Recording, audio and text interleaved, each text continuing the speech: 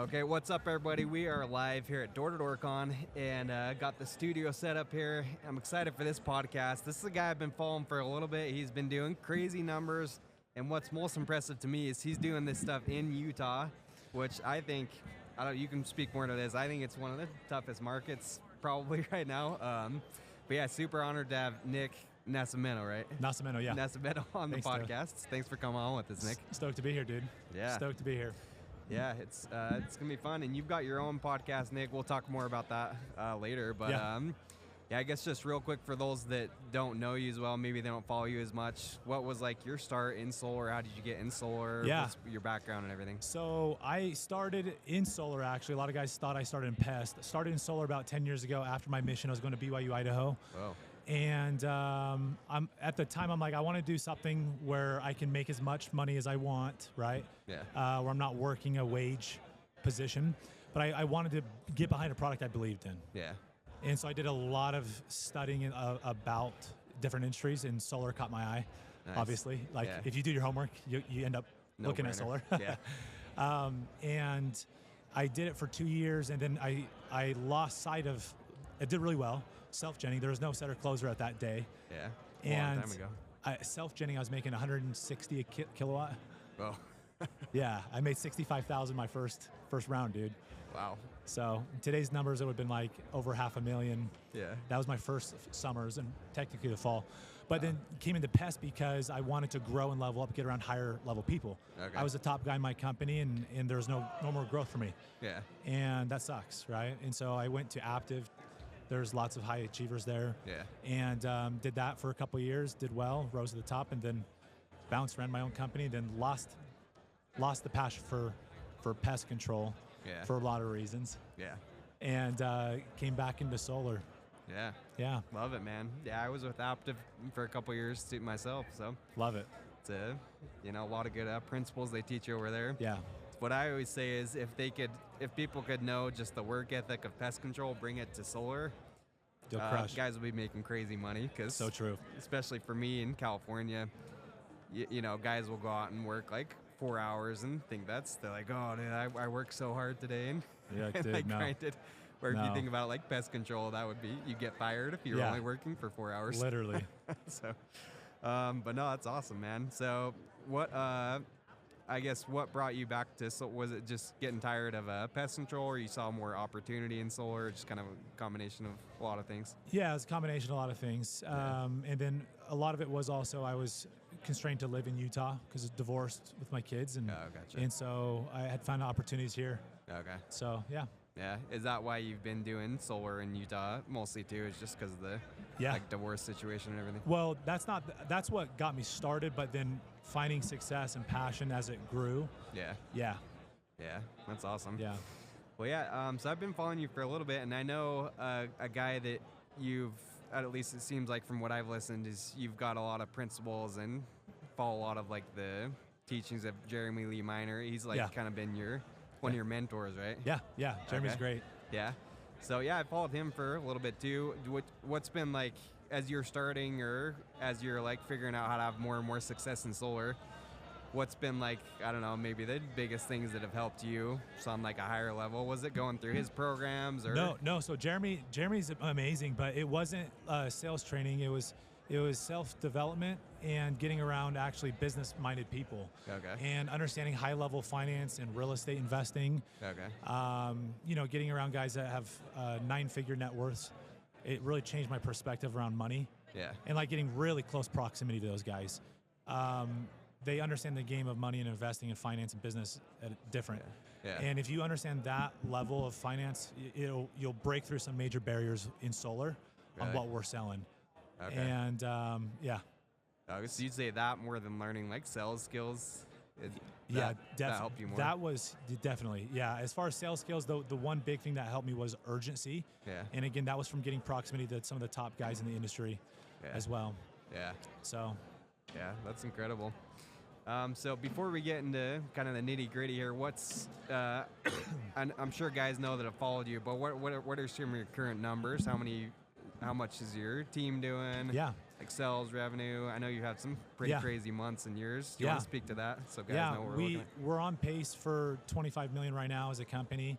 Oh. We've got about 35, 40 people, but we're growing fast. Oh. All Utah based. Super humble, super grateful. Wow. It's going well. Yeah. Great energy, great guys. Our goal is to do about 25 million, and then we want to save people about 75 million on 30 utility savings. Wow. So we calculate that on a 6% rate increase over 30 years from what that's kind of our our passion, right? Yeah. Want to donate 100,000 to charity this year, fight sex trafficking. That's cool. Pornography. Do the Operation Underground Railroad Not stuff? them. No, not them. Not them. Yeah. No, not a fan of Tim Ballard right now. Okay. All right. Yeah. Okay. Well, that's for another podcast. That's for another day. Yeah. Okay. No, that's awesome though. Love that you guys have the cause and the why behind it. Really cool. So have you always? I was going to ask you, have you always been in Utah doing solar, or have you done different markets? So I started in California. Okay. Started in California. So I know what it's like to sell and cut people's bills in a half or a third. Okay. Very easy. Yeah. Okay. Well, yeah, because that's what's crazy is you're still doing it in Utah. And, you know, I've gone to other markets. I've sold friends and family in Utah. I'm from Utah. But, you know, being in California majority of my career, it's like, you know how it is. You're cutting bills in half. You're making still crazy good commissions doing that. Amazing. Yeah. And so I go to other markets. I've gone to like, you know, Texas, Idaho, a few other states to do some blitzes. But every time I just see what the numbers come out as and see the commissions. And I'm like, man, why am I blitzing? Why don't I stay in California? Right? Yeah. I know. Yeah. So everyone else can stay out of California. But yeah, so like, how long did you sell in California? I was there for just two summers basically. Okay. So it's kind of a summer sales thing. Yeah. Okay. Yeah. And then after that, it's been all Utah. And then after that was pest control for a couple of years, and then the last 3 years I've been in Utah. Okay. So this is over the course of a decade. Okay. And yeah, dude, I make more money than most guys, like the top guys blitzing. Yeah. And I do it in market. So yeah. In a shitty market. Yeah. So incredible. So I want to talk about and that's not a flex on me. It's just like there's limiting beliefs that everybody has. Yeah. And they're bullshit. Yeah. So it's not that I'm special. It's not that I'm cool. It's not that I'm the GOAT. That's not it. It's we all have like fears and lies that we tell ourselves. Yeah. And it's you just got to break through those. Yeah. No doubt. And well, you know, in California we had the whole net metering change, NEM2 to NEM3. Yep. It was crazy how many like guys I saw it on my own team. Guys didn't know how to sell anymore, and we're saving people money, but just that change and having to shift that, it's like people were freaking out and couldn't do it. So I see guys like you that are still doing this in Utah. Dude, where? Look, I'm so excited to expand across the United States because Napoleon Hill says every adversity brings an equal or greater opportunity. Mm-hmm. So every setback I have shifted my perspective. I get stoked about because I know other guys are going to let off the gas, get scared, and that's an opportunity to rise, right? Yeah. We're going through a correction with solar right now where there's a lot of companies that have gone under the last couple years. And a lot of people panic of like, oh, like people are scared of solar. I get so excited about it. Yeah. It's separation season. It's time to get ahead. Yeah. You just got to shift the perspective, you know? Yeah, for sure. So like, yeah, what's been the secrets? Because so many guys complain, oh, it's so hard in this market. We're not saving people as much money. Yeah. So I know there's perspective shit. What do you think is the secret to having success in these markets like Utah, where you're not selling as much savings? In fact, you said typically they're paying more for solar in the beginning, right? Yeah. Yeah, so, we're increasing bills by $15 confidently, and my customers love it. They love me. Yeah. They love the value. Wow. Our retention's amazing. Yeah, 7% attrition. Wow. As a company now, we're about 15 to 20%, but when it was just me, 7%. Incredible. So like only 7%, like from sign to install, or 7% would cancel. Yeah. Wow, that's impressive. So what's the secrets? What are for guys that are in markets like that where you're either like it's about the same as what they're paying, maybe a little bit more? So I think it's mindset. What else? There's mindset. There's like lifestyle, and then there's like tactical things. On lifestyle, number one is burn the boats. Okay. Like Cortez, like don't have a plan B. Okay. I succeeded in Utah because I said I'm putting myself and my family first. I'm not doing these damn blitzes. I'm done. Okay. I said I'm done with this. Okay. That was the beginning of $200,000 a month net commissions in a hard to sell state. Wow. And I've discovered the power of routine and how I can do more with less. I go out for 4 hours. Now I can do the same, but I go out for 4 hours and I can produce the same results. Wow. And now I'm an owner of a company. I don't have to do it. You know what I mean? Yeah. And so, yeah, there's beauty of working on yourself. And so the secret is burn the boats, stop watching other people, what they're doing, and just take action on what you're doing. You know, when you watch when we compare, it's impossible to be in a state of abundance. It's impossible. And everything great comes from being in that state, that mindset. And that mindset comes from gratitude. And so look at the glass. If the glass is 10% full, I don't care about the 90% empty. Look at the 10% that's full. Yeah. It's so good. Yeah. And how many reps do you guys have right now in Utah? About 40. Okay. Yeah. Wow. Okay, so 40 That's reps just in the first year. Okay, first year. And are you guys doing setter closer? All you guys setter, are knocking? closer, self-gen. I wish more guys self-gen, but if you play the game right, setter closer is the way to go. Okay. I was doing 32 self-gens a month before, I attracted all these people. Okay. So are you still selling a lot yourself? I don't or have more time. Just, No. okay. Yeah. I was gonna say. But Okay. I'm going to, just to make a point. Yeah. So, and people love the door knocking footage that I do, so I've got to go knock some doors. Yeah, that's good. Especially in the winter, you know. Yeah. I need to get some of you guys knocking in. Right now I'm doing a 75 hard with a couple guys on our team. Taylor. But, you know, we're in Utah right now. Had to wake up and do my outdoor workout. Dude, isn't in it Utah. great? It says like 25 degrees, and then with wind chill, like feels like 13 degrees. Dude, it's crazy. I'm like, I can't even imagine knocking Beast doors mode, in this. Our guys are savages. Yeah. Guys and girls. Yeah. So shout out to Sparta crew. Yeah, yeah. So yeah, you built it quick. So this year you had basically nobody, or I guess 2024 you had basically nobody. Before this year, last year was just me and one other guy, and one other guy came with me. Yeah. That's how it all started. Okay. And I said when I started, I'm like, I'm not gonna build, because I was president of another solar company prior to that. We had 130 people. It took them from 30 mil in revenue to 130 mil, so it's not my first rendezvous. Okay. I was basically president of sales is a glamorous way to put chief babysitting officer. Yeah. And you know, I vowed to myself I wouldn't start a solar company because it's just babysitting reps, right? Yeah. But then I started having a lot of success, make $750,000 a year, transform my physique, transform my mental game, got proximate high-level people. Wow. My energy changed, my life was changed, my relationships, and I'm like, I would be selfish if I did not share this and train this with other people. Yeah. So, although I didn't want to babysit, that was a selfish mindset. And then the selfless mindset said, you know, Nick, we've got to do this. Yeah. I've got to level guys up, and then change the mindset for salespeople and help them self-develop and focus more on themselves. Yeah. Jim Rohn always said, if you work harder on yourself than you do on your job, like that's how you make a fortune. You make a living if you work on your job. Yeah. You make a fortune if you work on yourself. Yeah. So. It's good. Love that.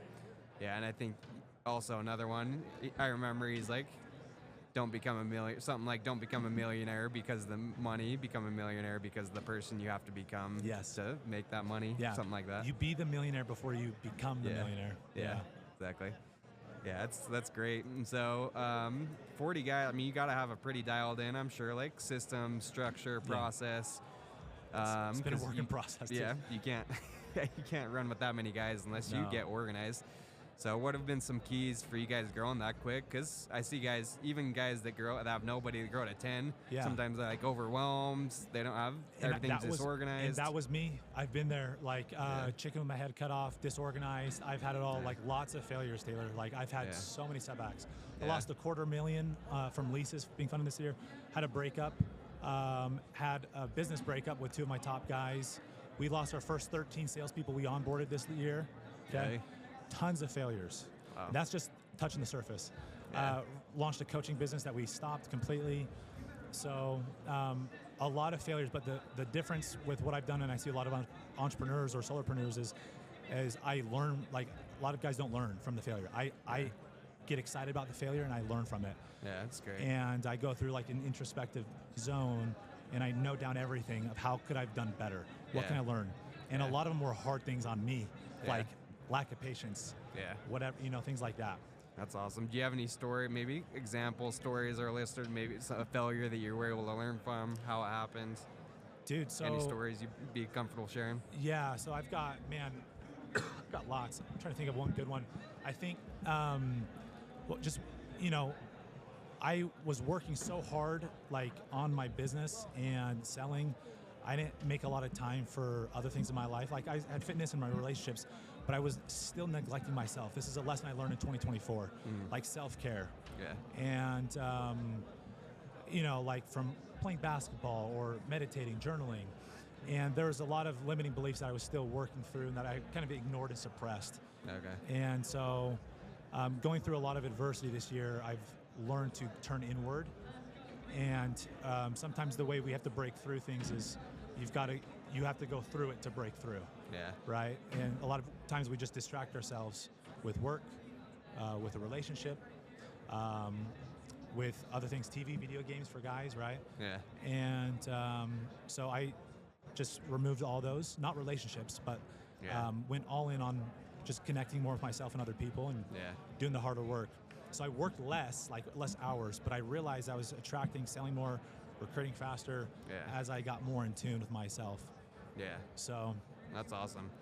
And so you also have a podcast, and I was telling you before we started recording, Nick, that I'm with a bigger company now, but before that, I was with mostly dealers, and I was doing a lot more as far as like training guys, running the team. I still do that, but it's much easier now because the company I'm with already has a system in place. They have correlations where it's all kind of shared responsibility. They have boot camps for new guys, all those things in place, where before I was doing all that myself. A lot. So and that's kind of why I joined with bigger company, because having 3 kids and everything, it's just like, dude, this is exhausting. Yeah, we can't do it. Yeah. So you are doing it all, and you're having a ton of success. But what are maybe it's like some systems you set up?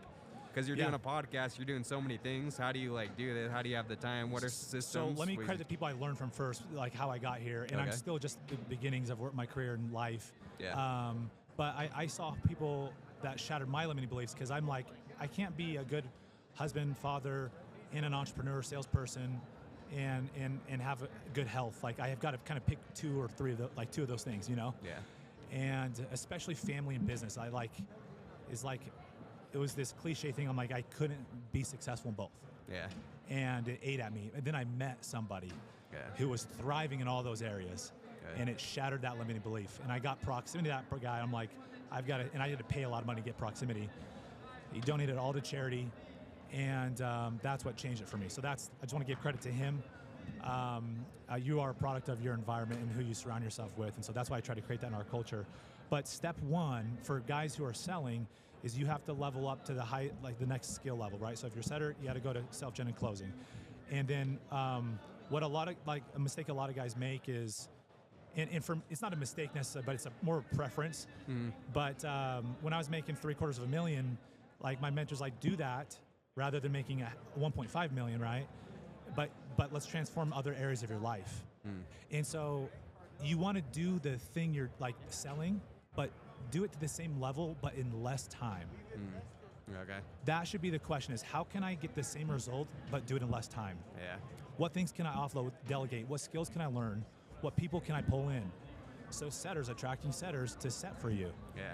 But then that goes disarray because their appointments are crap. Well, you can build out SOPs and train better, right? Have them double book. So that's how I started. I started with a setter, and then instead of using that free time to go sell more, right? I did for a little bit, but then I dialed back. I started self-developing more, working on myself, reading, learning, building SOPs, stuff like going to seminars, getting in mastermind groups. That's great. Investing in yourself. We're at Door to Door Con, and that's what it's about. That's why I like doing podcasts, is because I get to be around guys like that, like yourself, and so many other people. It's a secret for sure. And we saw you were in the solar, like the sales panel yesterday here at Door to Door Con. And I think you talked a little bit about that yesterday, just like you said, delegating things maybe you're not good at or that aren't worth your time. I think you gave some examples yesterday. So what are some of the first things you started delegating, or when you're like up-leveling yourself? Yeah. What are some things that guys can start to delegate? Great question. So it starts with understanding your earnings per hour. Okay, and I learned this from an almost billionaire. Okay. You got to think of your time in, like, you're trading your time for money. Yeah. And that's okay, but as long as you stop working, heaven forbid you break a leg or you lose your voice, whatever, right? You're out of money. Like, it's done. You have your investments. If you do, that's it. And so you've got to start thinking that way, and understand, like, okay, you traded how many hours over a week, and how many sales did you get, and then after they get installed, what's that payout? Yeah. And if you do the math there, right, most guys are making over $100 per hour. Yeah. That's crazy. Yeah. And some of us, I was making $12.50. Yeah. And that changed my perception. I'm like, dude, I'm not, like, you knock doors, Nick? I get paid $12.50 an hour, bro. Damn right, I knock doors. Like, you have to rip my hands off those things. Different perspective, right? Yeah. I get to versus I have to. And so doing that and understanding that principle, you start thinking differently about everything. Yeah. And you start using your calendar and blocking off, seeing where your time's going. Okay? So it's being proactive on it instead of just being reactive, you know? Yeah. Being intentional with the time and set your targets within those time frames. So that's step one is understand your earnings per hour. And with that, like, if you're making over $100 per hour, think of it like, how many things can you hire out that you do that are 20, 25 an hour? Most, like, so much, dude. Yeah. Like, this is step one. If anybody's making over $100,000 a year, this is the secret to making $500,000. It's not selling, like, working harder. You can work this. I'm literally a, like, proof of this. Yeah. You can work the same amount and make 5 times the income, 10 times. Yeah. And you need people, and there's things like I don't go grocery shopping. Yeah. I hire that out, right? Like, I DoorDash a ton of stuff. Walmart meal delivery. Prep. Yeah. I have people do my meals. Like, I don't do I rarely do my laundry. Yeah. Right? Things like that.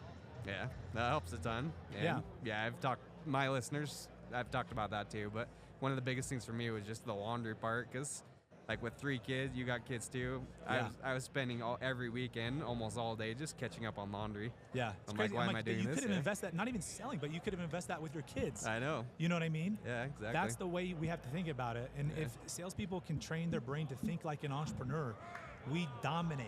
Yeah. You sell like crazy. Yeah. You understand time management. You understand how to win people over. It's the same game of business, high-level business. Yeah. Incredible. Well, cool, man. So I know we could make this an all-day podcast, but just to give, before we start wrapping up here, Nick, just to give people maybe some, like, tactical things. Yeah. 7% attrition, that's, like, insanely good. Yeah.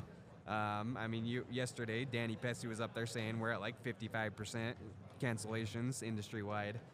So you mentioned a few things yesterday, but what are some, like, maybe specific things that you do to, like, reduce these cancellations? I look for the ugly. Like, first of all, I'm always learning from the failures. Okay. I've gotten to 7% because at one point I was higher, like 40%, right? Yeah. And I've gotten better because I've learned. So there's a principle that everybody needs to apply is, like, no matter what I tell you, you still have to learn for yourself, go through it, take note of what doesn't work and what does work. Okay. But one of the quick tips is don't omit cons. Like, hit the ugly stuff fast. Okay. And if you want to know, this is also the secret to how I sell very high in Utah, right? Yeah.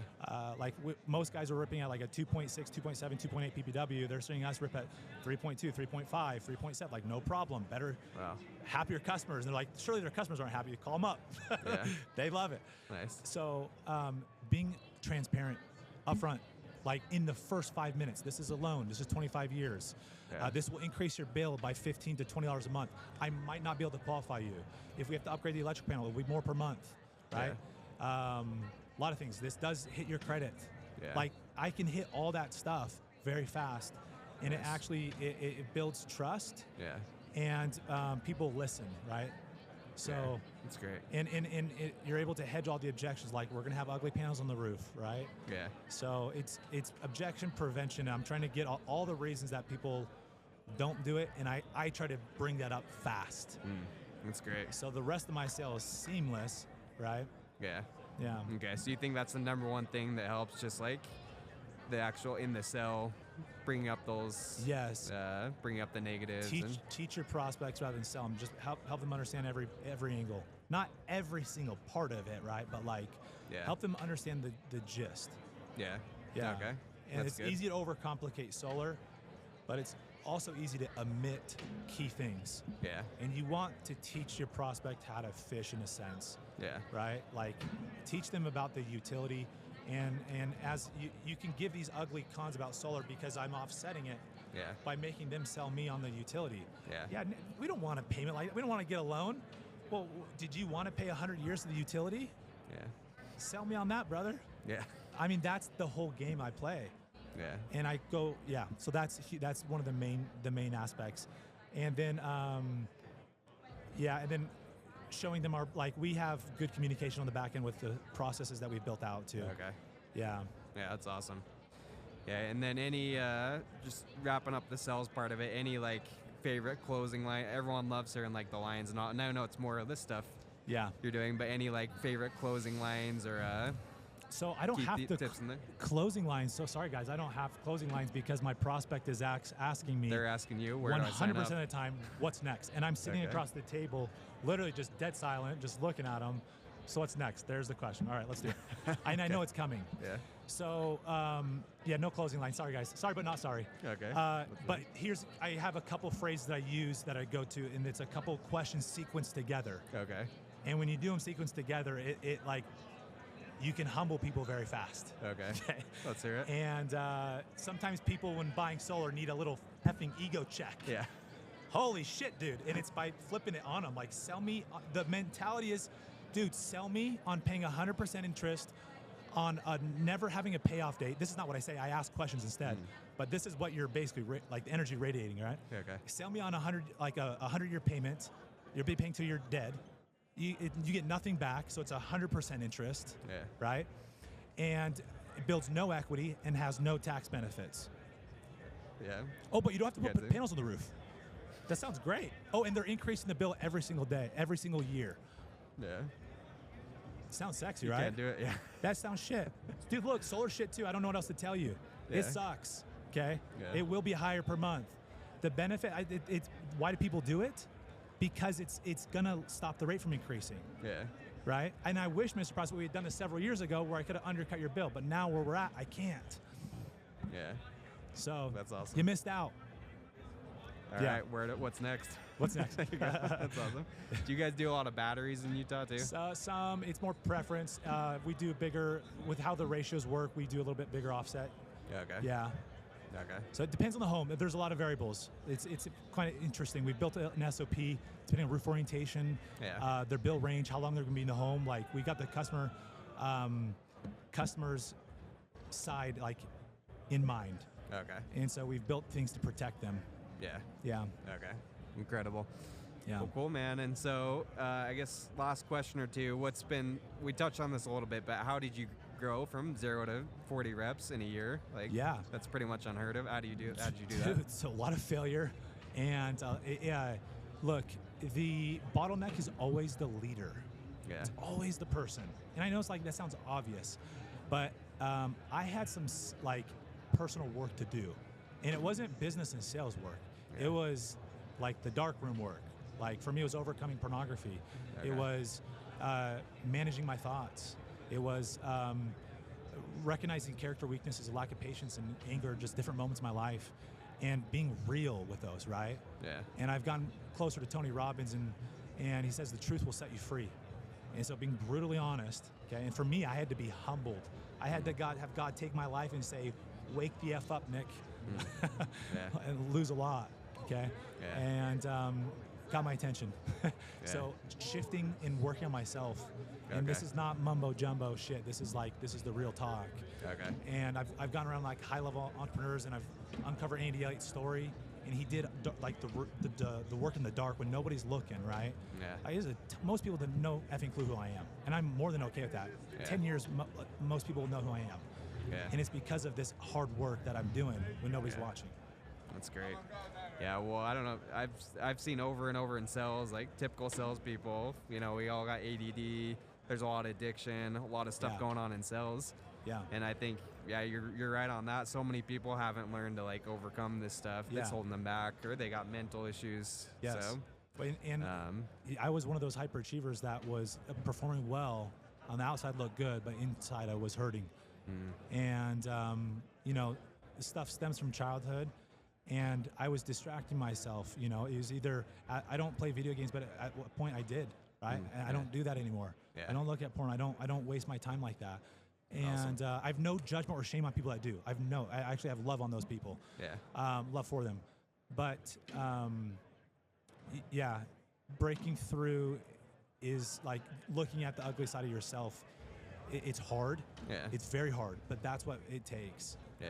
That's what it takes. It's cool. And it's freeing, man. And I'm telling you, like people want to recruit and like grow. Success in pursuit, it's attracted. Yeah. It sounds cliche, sounds like, okay, cool, bro. Like, I'm telling you, it's real. I work less. I was coming to the office at 8 a.m. and I was working until 8 p.m. Now I go at 10 and I leave at about 6.